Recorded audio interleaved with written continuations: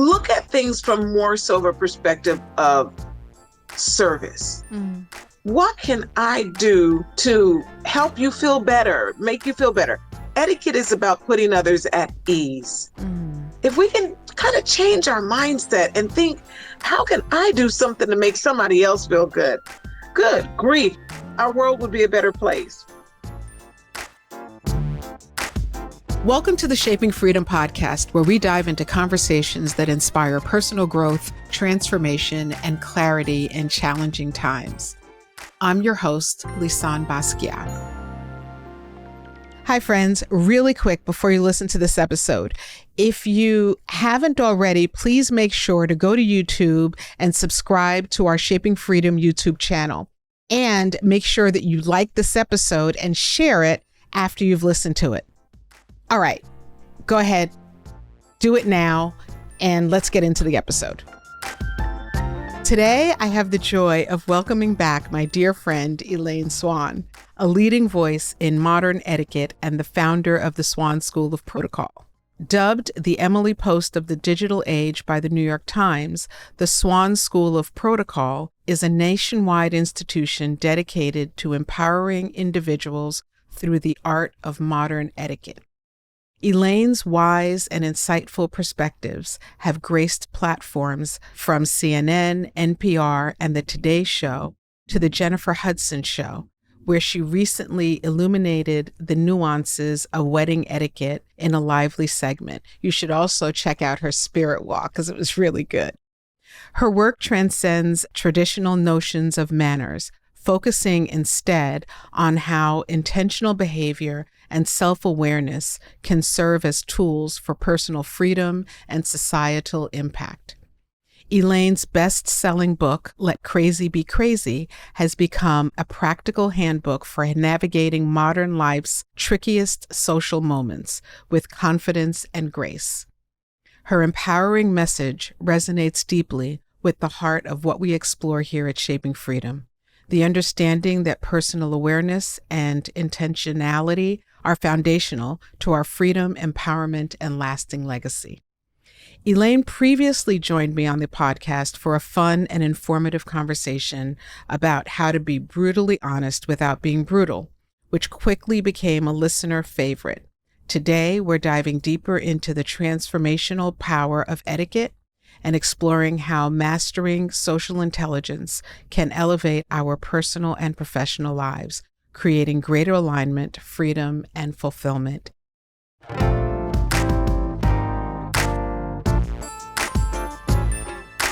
Elaine, I'm so glad you're here. Oh, thank you so much. Thank you for the introduction. I want to steal it and use it. I will send it to you. I will send it to you. That was so well done. Thank you so much. I appreciate. Thank you for having me back. I'm so thrilled to just continue our conversation and dive a little bit deeper. That's right. That's right. We talked a few years ago, and so much has happened since then. It's like I see you everywhere, doing so many things. And as you know, I'm always so inspired by you. Elaine and I are friends outside of being in this conversation. And I've had the pleasure of watching you for almost 10 years do all the things, and grow and build what is well on its way, if it's not there already, this incredible empire of legacy and grace and style, and just you're all heart. And I really appreciate you for that. Oh, thank you so much. I really, really enjoy our friendship, and it feeds my soul. Likewise. Because when we get together, we get a chance to get real deep, and we can dig through some stuff, and it's so nourishing. And so, everybody needs that in their life. I definitely believe so. There's so many things that we do, and in terms of, working and building our legacy and so forth. But I always enjoy just being a person. Yeah, right? And so whenever I can get with my person to be a person, It's always good. Yeah, I think, it's funny you said that because I think very often, especially when you are building a career or have a profession where you're traveling a lot and you're talking to a lot of people and you're doing a lot of things and juggling all the things as you are, um, sometimes people forget that beneath all that, you have to have these places and spaces where you can just let your hair down and just be a human being, just Yes. experiencing life. And that's so important to kind of keep us in internal harmony and balance. I think it's necessary for our health and well-being. Yeah. It's so important. Yeah. You can see and you can tell when an individual kind of has that deficit where they don't necessarily have those ties Mm-hmm. with people. Mm-hmm. I was just watching a really big star, and I don't want to say his name because I don't want to disparage him or anything, because not, but he was talking about kind of reaching the tippy top of everything in life and kind of getting everything you want. And as he was talking and sharing, he explained that it can be, just really, really, very lonely, and uh, still he still experienced emptiness, Mm-hmm. and talked about rock bottom and top high and so forth like that. And just listening to what he said, I turned to my husband. I said, that's a person who doesn't really have, real deep soul tie connections. And that's what it seems like to me. So Yeah, I that's a agree. very public figure, but you can see that in everyday folks. We get, people get their careers and they just keep going. Yeah. And you're a public figure. And I think it's important, speaking of those folks who are doing what you're doing, um, and what I'm doing, I think it becomes more and more important to make sure that there are other people around you within your orbit that who understand your life and who get it and who don't feel insulted when they haven't heard from you in 2 weeks or when you can't show up for every single thing because you're doing the things that you're doing and building the dream and the ambitions that you have. I think as you move further and further along, it's so important to make sure that you keep people within your orbit, who can support you and encourage you, and that's absolutely what you have been for me, is someone Oh, who, no matter what's going and you as on, well. yeah, no matter what's going on, you have like a beautiful smile and words of encouragement, and you're just like, we got you, go. We want to cheer you on, just go. I want to talk about your journey a little bit, and I know we spoke about it during our last conversation, but you have done so much more with your things since we spoke last. So I know that you began teaching etiquette in salons, in your hair salon, before becoming someone who graces national television on a regular basis. What pivotal moment convinced you that these lessons belonged on the Today Show and beyond? And was there a shift that kind of helped you to kind of change your sense of purpose, or did you always know that that's what you were going to do? It's funny because I am an entrepreneur at heart. Oh, you are. I graduated from high school, moved to New York, thought I was going to be a model. Didn't happen because I'm 5 foot. Came back to California, opened the hair salon. And during that time, and many times throughout my life, I was always involved with pageants, and every pageant had an etiquette component. And I took etiquette classes for my own personal and self-development. And so during the time that I had the salon, and I was working in the community and volunteering and so forth. And middle school principal had asked for me to help train the kids and do a 6-week program. And it was very successful. But what made me shift early, my first shift, was the transformation that I saw these children make Mm, after spending 6 weeks with them. That lifted my heart. They came in kind of roughhousing and rough and rugged, And we had a kind of a showing at the end with the kids and their parents, and the parents got to come and they walked across the stage and I had them demonstrate and everything. And I tell you, that whole classroom, they were like my children. I was so proud of Mm. them. They walked with confidence. So that really resonated with me. And of course, the fact that they paid me was helpful too. That always helps. But because I had been volunteering for so long. But I think that was my first shift. First shift was seeing the kids, and then the folks inviting me back. And when they invited me back, that told me that they trusted what I had to share. Mm. So being an entrepreneur, I recognized that this was something that was very meaningful and could be long lasting and more impactful than what I was doing. Because I had the hair salon, but I wasn't a hairstylist. It was a business for me. So I wasn't the one that was in there doom, doom, doom, doom, doom. Doing it. I can do hair, but I was focused more on the business aspect of it. But I really felt like I found my space. Mm. And so I closed the hair salon and launched the etiquette consulting business in 2003. Oh, wow. And so then to take that and then you cut to the chase a little while longer, I always had this affinity for wanting to do something in the entertainment business. And I always thought I wanted a talk show, but I don't want a talk show.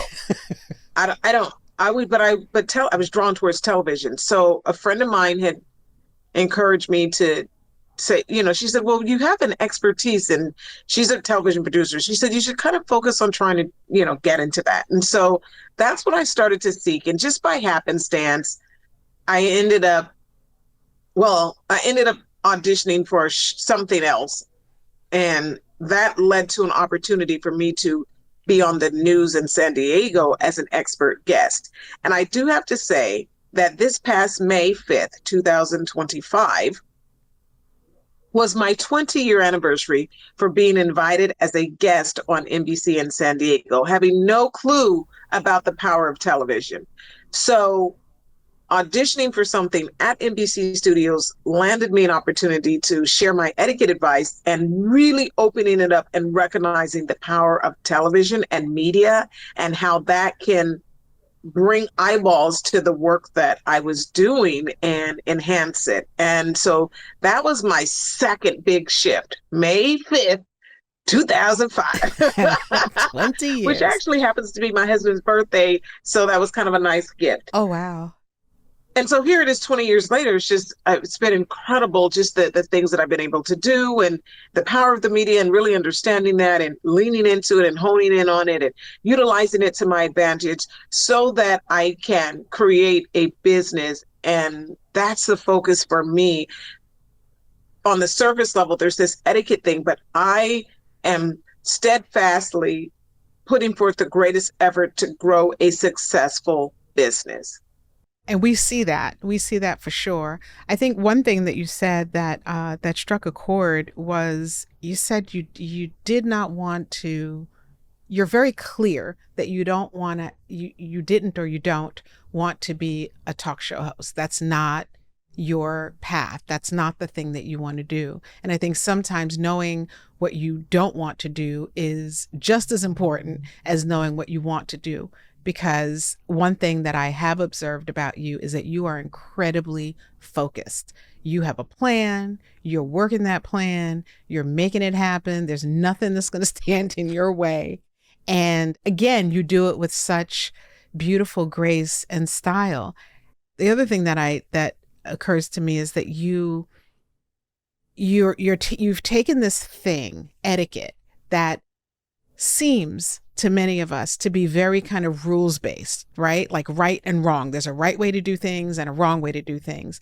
But you've kind of flipped that former way of looking at etiquette, in air quotes, into more of a lifestyle, a way of being. And it seems that you've also connected it to self-confidence and authenticity. You're real. You are a real human being, right? How have you been able to do that? What is the thing that drives you?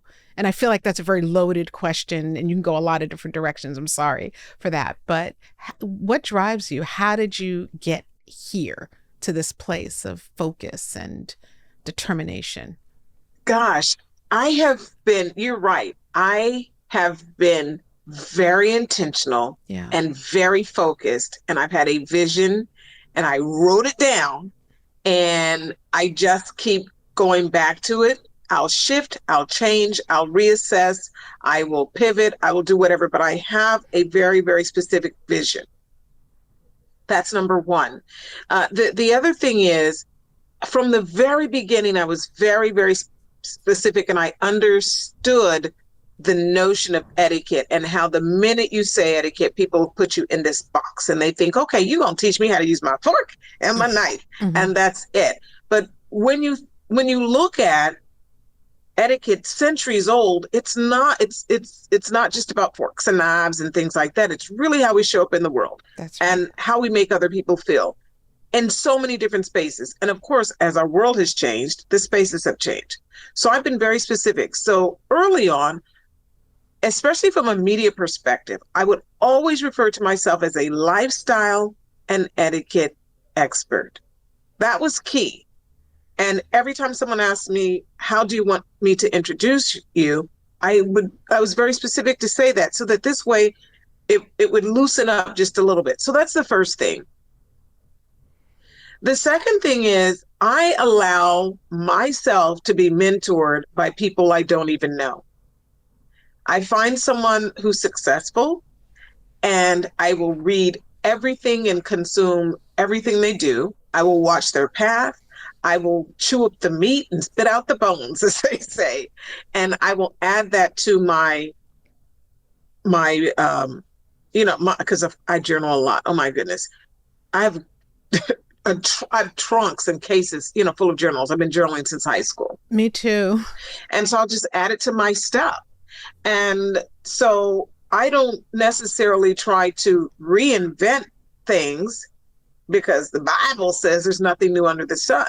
But I look at people who are successful and I look at what they've done and make a determination as to how it might fit into my path and my journey. One person that was very, very influential for me really early on was Martha Stewart. And so that audition that I said that I went to, and that was actually an audition to be on the Martha Stewart Apprentice, which only was one season. And I auditioned, I made it to the top 25 people, and they were only picking 16 people for the show. And I was not one of the people they chose. However, and Bethany Frankel is one of the ones who ended up on the show. She came in second place.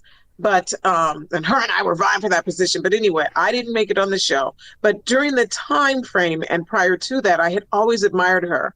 But I have studied her and I looked at what she did with her company.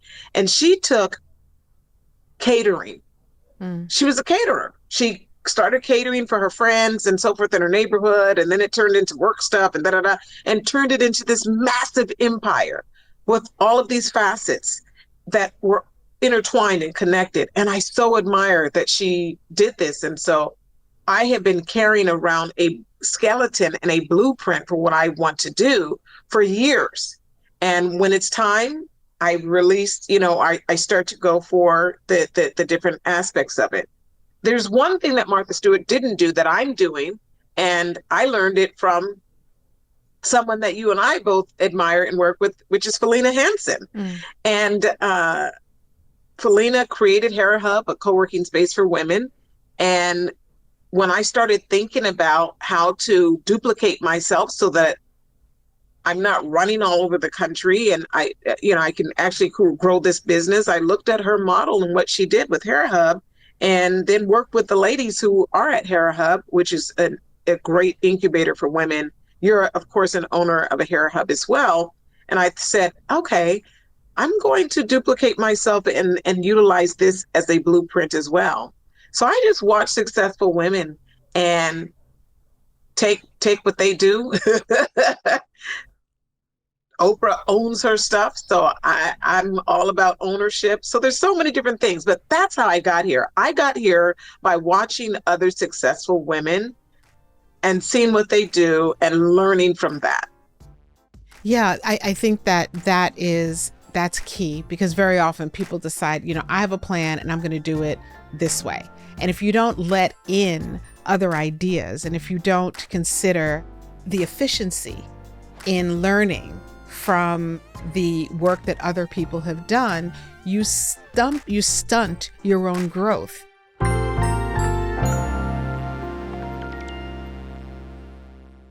All right, can we talk a moment about setting the vibe? If you're anything like me, your space needs to feel good in order for you to feel good. And that's why I created the Shaping Freedom line of candles. It's not just about ambiance, but really about how you align yourself internally. These are more than just candles. They shift your energy. Whether you're journaling, meditating, working out, or just taking a moment for yourself, these scents are curated to ground you, lift you up, and bring you back home to yourself. They also have an 80-hour burn time and scents that are designed to evoke feelings of alignment and internal congruency. And we can all use that. Go to shop.shapingfreedom.com and check them out. Find the one that speaks to your spirit, or buy all four, and let them burn with intention.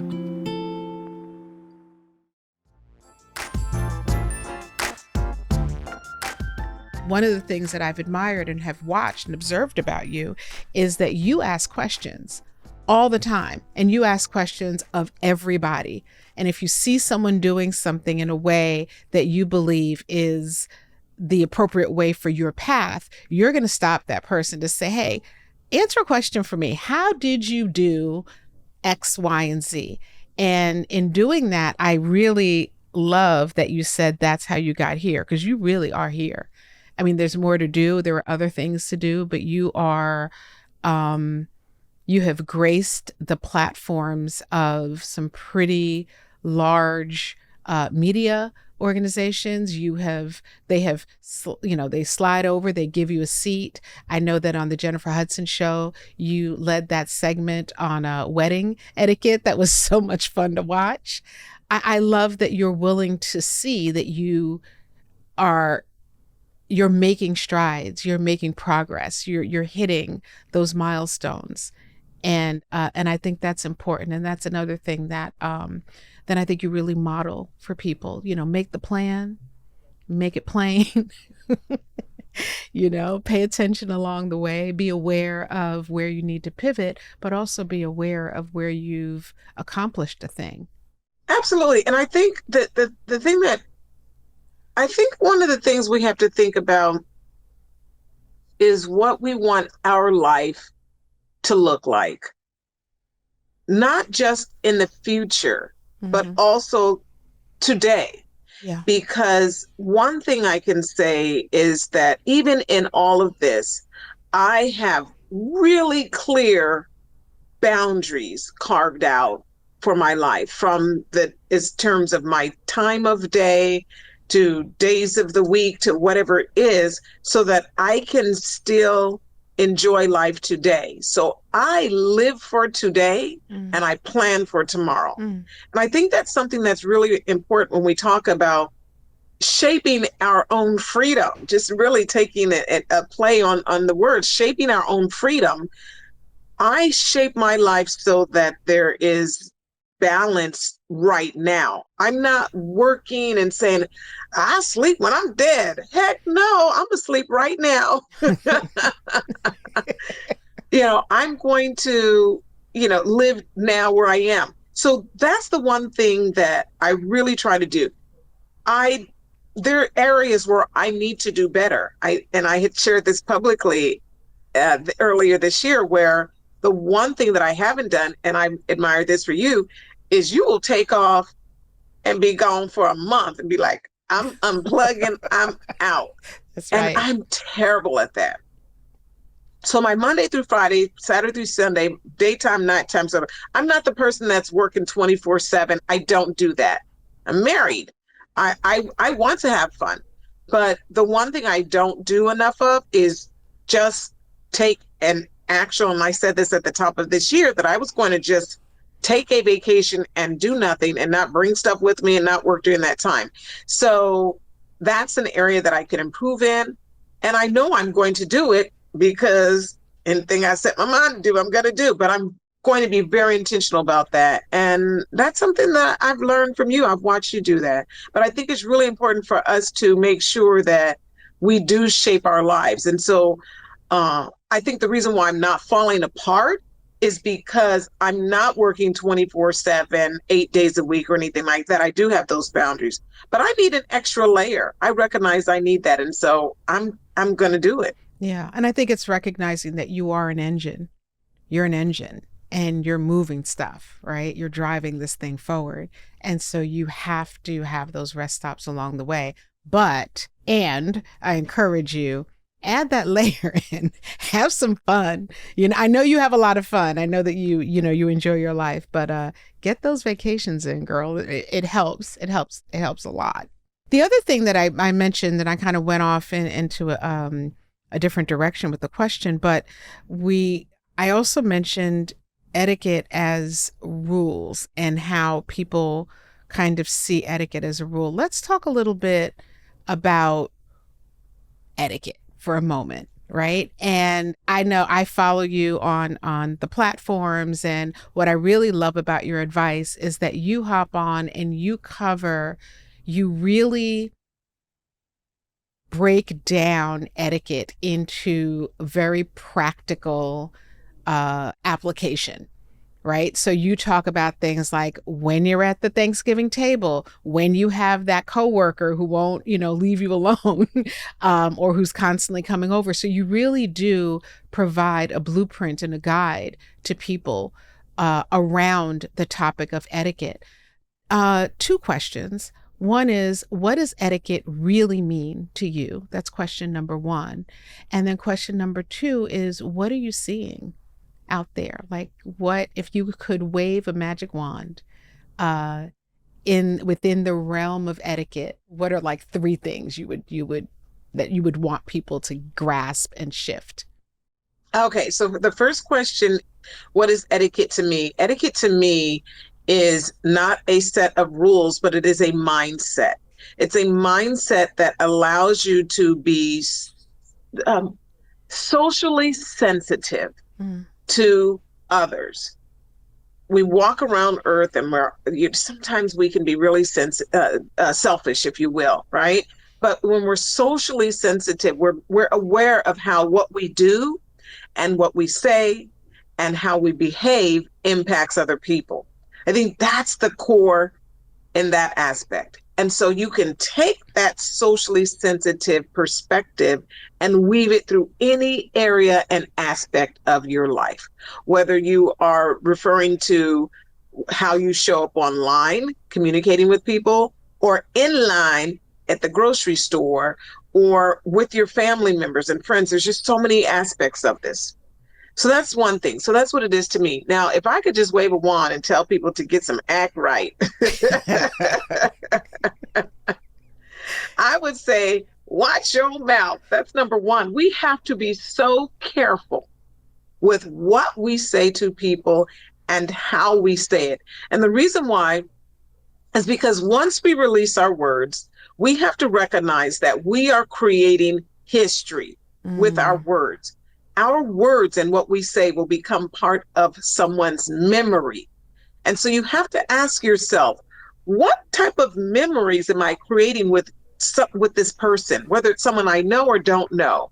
Am I creating a bad memory, a good memory, a scary, whatever it is, right? So our words, we're creating history, literal history with what we say. That's right. And so I really want people to be careful about what they say and how they say it, and even when they say it. I just shared on social media about telling somebody, and this is just real, right? Telling somebody that they don't smell good. Sometimes we have a friend and it's everybody in your friend group is like, girl, she keeps showing up. What do we need to do? Or it's a coworker. What you say, how you say it, and when you say it matters. It's something that needs to be said, but you can deliver it with kindness and compassion and love. That's the what. The how you say it is your tone, thinking about utilizing your voice as a tool to convey information that may not be pleasant, but letting the person know that you care. And then when you say it, do you say it in front of everybody or do you say it privately? So that's the number one wand right there. That's the first one, is our mouths. We have to be so careful. The second thing is, I want people to really understand that there's a difference between appearing confident and feeling comfortable in a situation. Mm. And that's where I had to really learn how to grow, because although I am blessed to do some really great things publicly, I am an introvert. I gain all of my strength from within. I enjoy my alone time, very private, blah, blah, blah, all of the above, check all the boxes. But so with that being said, I don't always feel confident, feel comfortable in every social situation. I just don't. It's just not going to happen. I'm not always going to feel comfortable, but I know how to appear confident. And so if I can help people understand that all you have to do is appear as though you are confident and push your way through whatever social situation you're met with, whether it's a professional situation or a personal situation that's more socially driven, you're fine. Stop trying to make yourself perfect to say, I have to I have to be confident. No, you don't. You just need to appear confident. You may not feel comfortable, but if you can get through that moment and go home and then do your woosah. Yeah, yeah. You see, before you share number three, you shared something with we were having a conversation recently, and you shared a strategy that you have for going into a space with a lot of people when you're not feeling 100% comfortable or confident. Do you remember what that was? I have a lot of little things that I do. Give me one little hint. I'll tell you what. I think it was like you have a strategy for what you're going to do so that you Oh, don't have. yes. Okay. Yeah. Yeah. So I do. So yes, I do. So what I would love to share that. So the first thing is, there's so many different layers, but one of the things when you get there, especially when you know that you're going to be in a space and there's a lot of people and you're feeling that angst, don't feel as though you have to connect with every single person there. Look at it and say, I'm going to choose quality over quantity when it comes to connecting with people, Mm-hmm. and challenge yourself to put forth an effort to meet someone new. You can appear confident and really set the stage for something if you lock eyes with someone and you're within 5 feet. I have this 5-10 rule. If you're 10 feet away, you can look at and you meet eyes, you just wave. If you're 5 feet away, you walk over and you extend your hand and say, hello, I am, and you say your first and your last name. All of a sudden, things feel a little elevated, right? Yeah. I'm Elaine Swann, not hi, I'm Elaine. Very, very different. So think about connecting with fewer people when you get to that occasion and put forth an effort to really make a connection. There's nothing wrong with staying with a person and listening to what they're saying and asking questions based upon what they've said and engaging in thoughtful conversation with one or two people. Don't think so big. You know, when I talk to people about sharing on social media, and you hear this all the time, I'm going to give folks a little hack here. When you, the one of the best ways to come across well, for example, online, is to stop thinking about you're talking to all of these folks. We go in and that's what makes it intimidating. Narrow it down to one person. And every time you get ready to go online or what have you, instead of saying hi guys or hey everyone, now it's a bunch of people. Instead, act as if you're talking to one person. It personalizes everything. So you can do that in these small spaces as well. So when you get there, don't try to take over the room. There's a lot of people there. You're not there to connect with everybody. You're there to connect with some really key people. And you don't have to be so intentional to say, I'm so purpose driven that when I leave from here, this is number two, I'm going to make sure that I get something that I need. Mm-hmm. We always have to we should always think about how we can be of service to others. So it's not always about, let me find the person in the room that's going to get me something that I want. No, sometimes you might be able to provide something to someone else. And that service can be anything. It could be a connection.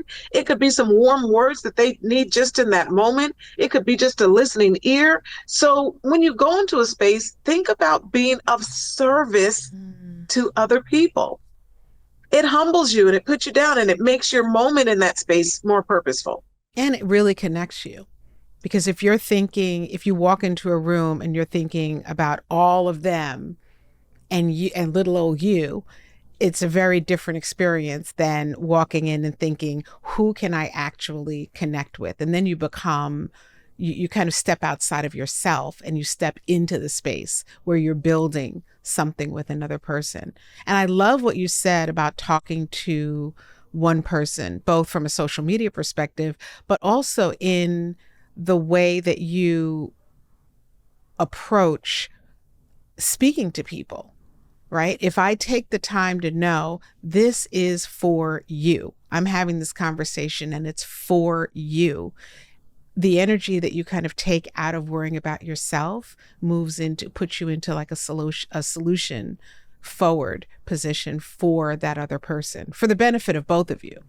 It does. And the thing about it, when you're in this space, that what you're doing is you're almost putting yourself in a cocoon. So you're blocking everything out and you're just getting connected with that person. And so that's the thing that can really put you at ease, especially when you're feeling a little bit of angst. You can say, you know what, I'm going to listen to what this person's saying. I'm going to have some thoughtful conversation. I'm going to ask questions. I'm going to dive a little deeper. That can really put you at ease so that this massive thing that's going on with all of this noise and all of these people and so forth, you're able to kind of block that thing out.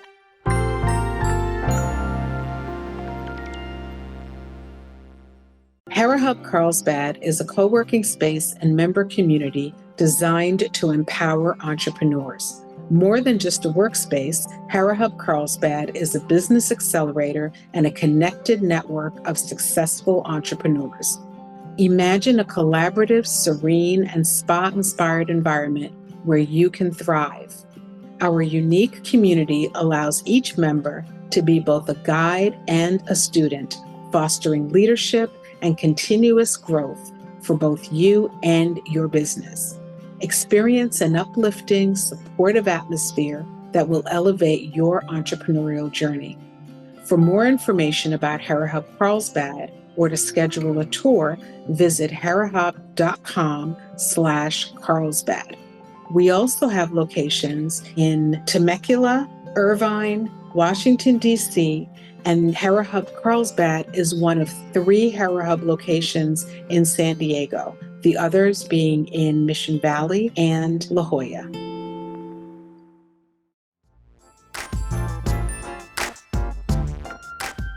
So I guess then my first thing is watch what you say.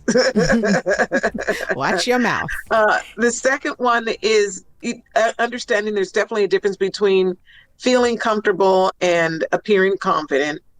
And I think the third thing, that if I could wave a wand and get people to really focus, just do better, is look at things from more so of a perspective of service. Mm.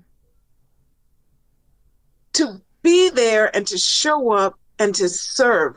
What can I do to help you feel better, make you feel better? I often say this, that etiquette is about putting others at ease. Mm.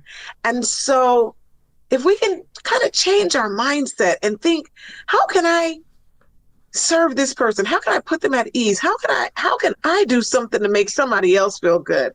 Good grief, our world would be a better place. But then maybe I wouldn't make as much money because then I wouldn't have anybody to coach. No, I think that there is a plethora of opportunity and things for you to talk about. And for anyone who's following you on on your platform, specifically IG is where I see you the most.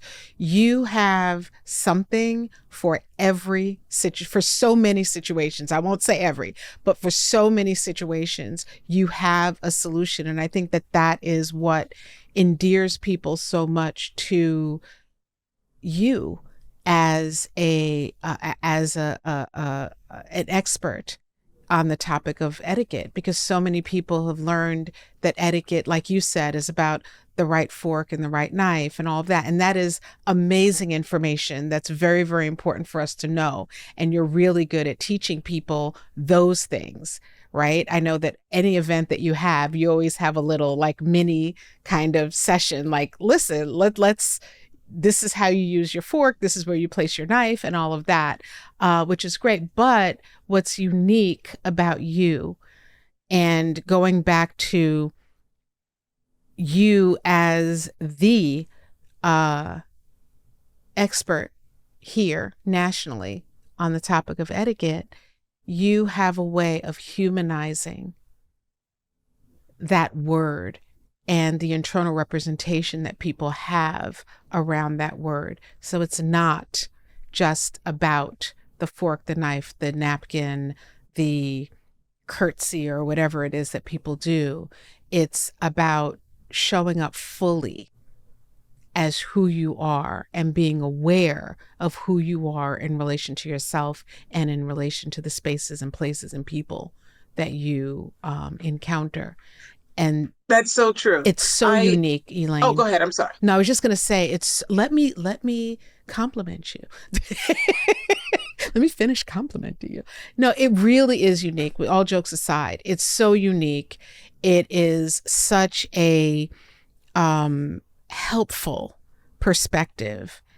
And I'm just so grateful that you're doing that work. You know, we have a lot of rules in this world. A lot of us have been taught so many rules, and some of those we need to know. Like, I'm not saying that those aren't important, but then there's this whole other element, the kind of the Swan Angle that you've added to that. Thank you for that. I appreciate that, and it is intentional. It is intentional because I think we can find how to conduct ourselves and how to show up our best in the world in so many different ways. And so it is my desire to help folks to understand that this whole thing around etiquette, as you mentioned, is not just about a set of rules, and it's not for the elite. It is for every person. That's right. It is for every person to elevate their personal presence, elevate their professional presence, connect well with their loved ones, and be confident as they move throughout this life. That's the key, and that's the information that I want to share. Whether you are flushing the toilet at somebody's house, please do, or right, please, and double flush, right? Come on now, or leading the meeting at in a boardroom. There's nuances, and there's unspoken things and guidelines and so forth. And so it is my desire to try to help equip people and provide them with that from a modern perspective, yes. Which made mention of a new book that I wrote. Oh, what a journey. It's called Elaine Swann's Book of Modern Etiquette. And I share so much information in this particular book that has to do with our lives today. And so this is the etiquette book of the century. This is not just a bunch of rules or what have you, but this is our guide to lead us as we continue forward in this particular century here. And the reason why I wrote this is because I wanted people to have a reference guide. So that you can, at whatever given time, regardless of whatever it is, whether it's business, attending a wedding, vacationing with friends, splitting the bill at the restaurant, whatever it is, you have a guide to where you can say, you know what, this is my book, and I'm going to put it here on the coffee table, or I'm going to put it here in my library at home, and I'm going to refer to it and look at the list and look at the whatever it is to help you along the way. I think this is important for us to have from a modern perspective. And so what we're doing, my goal is to sear this information in time and help folks to understand, because we've always kind of thought, or for many years, we thought etiquette was for the elite. It's not, because that's not what it is. Maybe the formal training and so forth that some people would receive years ago, many years ago, was for the elite, but not anymore. The knowledge is for everyone. Mm-hmm. The conduct is for everyone.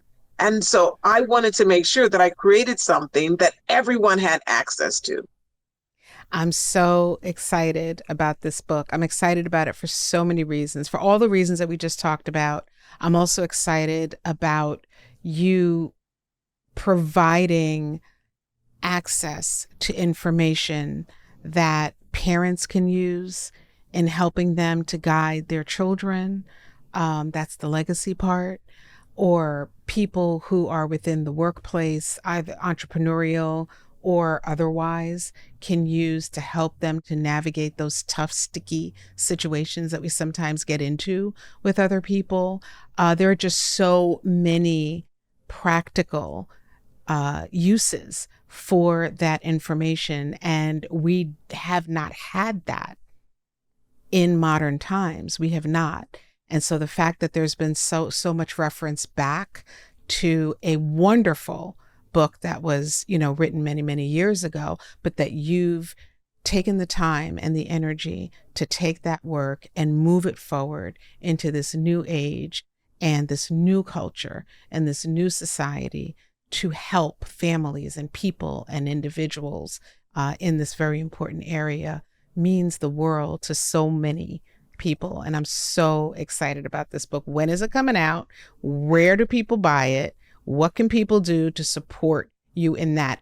So the book, Elaine Swann's book of modern etiquette, is coming out on October 21st, 2025. It is available for pre-order right now, and you can get it at retailers nationwide. Wherever you buy your books, you can get it at retailers nationwide. So I'm really excited about that. And you can support me by purchasing your pre-order copy right now. Right now. Because I am on track and on a journey for this book to be a New York Times bestseller. And so those pre-orders are the thing that's going to push us towards that mark. And so that's how I can use the support. I think that's going to, when you get that seal of approval, that it's great, and it will be very meaningful to myself and, of course, everyone that's involved with it. But that's how folks can support Elaine Swann's book of modern etiquette at retailers across the nation. I'm so excited about that book. I think that it will be a conversation piece and project. And I can see people having the opportunity to sit around in groups and pick a topic out of there. I don't know how the book's lined up, but pick a topic out of there and really talk about it. Use it as a book club, create book clubs and conversations around the topic of etiquette. If you're parents, sit down and go through there and just kind of talk about how you can apply these concepts that Elaine Swann has laid out for us. I'm so excited about that book for you. Thank you. I do want to say this is a big, giant, it's nearly 400 pages, Wow. hardcover book. So it's a big body of work. And there are charts and examples and illustrations, and there's so much. And so you're so right. Folks would really be able to just take a deep dive, figure out a subject, and put it around. And then the other way that folks can support me is invite me to your city. I'm getting out. I'm on the road. I'm out. I'm talking to folks. I would love to come out and talk about the book and share. And I have some book plates that I'll sign for folks that they can put on the inside of the book when it's delivered to them on October 21st. And I would love to sit and meet with folks and talk with them in person. So if you're interested, of course, contact me at my website, elaineswann.com, and that's Swan with 2 N's. And let me know if you would like for me to come to your city. I would love to meet you in person. I cannot get off this leave this conversation without also mentioning really briefly the incredible work that you also do through the Swan School, helping female entrepreneurs to create a business out of teaching etiquette. You have taken this thing that you've created and you are teaching other people to do the same in a very short, succinct way. Will you please let people know what that is and how they can be connected to you about that as well? Thank you so much for allowing me to share. We have a certification and licensing program where we train women in the area of etiquette and provide them with a business in a box model so that they can launch an etiquette consulting business in their city. And this is my this is my heart.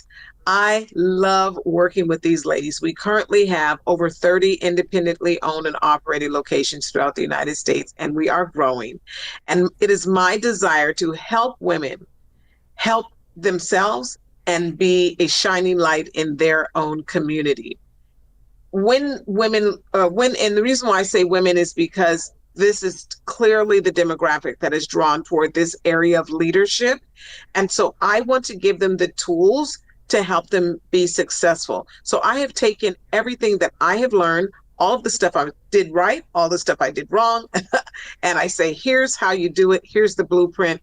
And we've created an incredible community of women who are serving their community and growing their own business as well. And so to be able to work with these entrepreneurs and help them to have a positive impact is joyful and meaningful and very, very rewarding. So if any individual, if you are interested in making a difference in other people's lives and you're that person where everyone says, golly, I just love the way you carry yourself and I love how you help other people, and you're always that person that's influencing people to do better and be better, then you will most certainly make an excellent etiquette consultant, and I would love to partner with you and work with you. Elaine, you continue to amaze me. I continue to be so inspired by you. Thank you so much for being my friend, for sharing your heart with the world, and for modeling for so many people what you can do when you sit down, write a plan, get to work, stay focused, doing so with heart, with integrity, with incredible beauty and grace. You are doing such amazing things. And as we're talking, I was reflecting back to when we had our first conversation, which I think at this point has to be 3 or 4 years ago.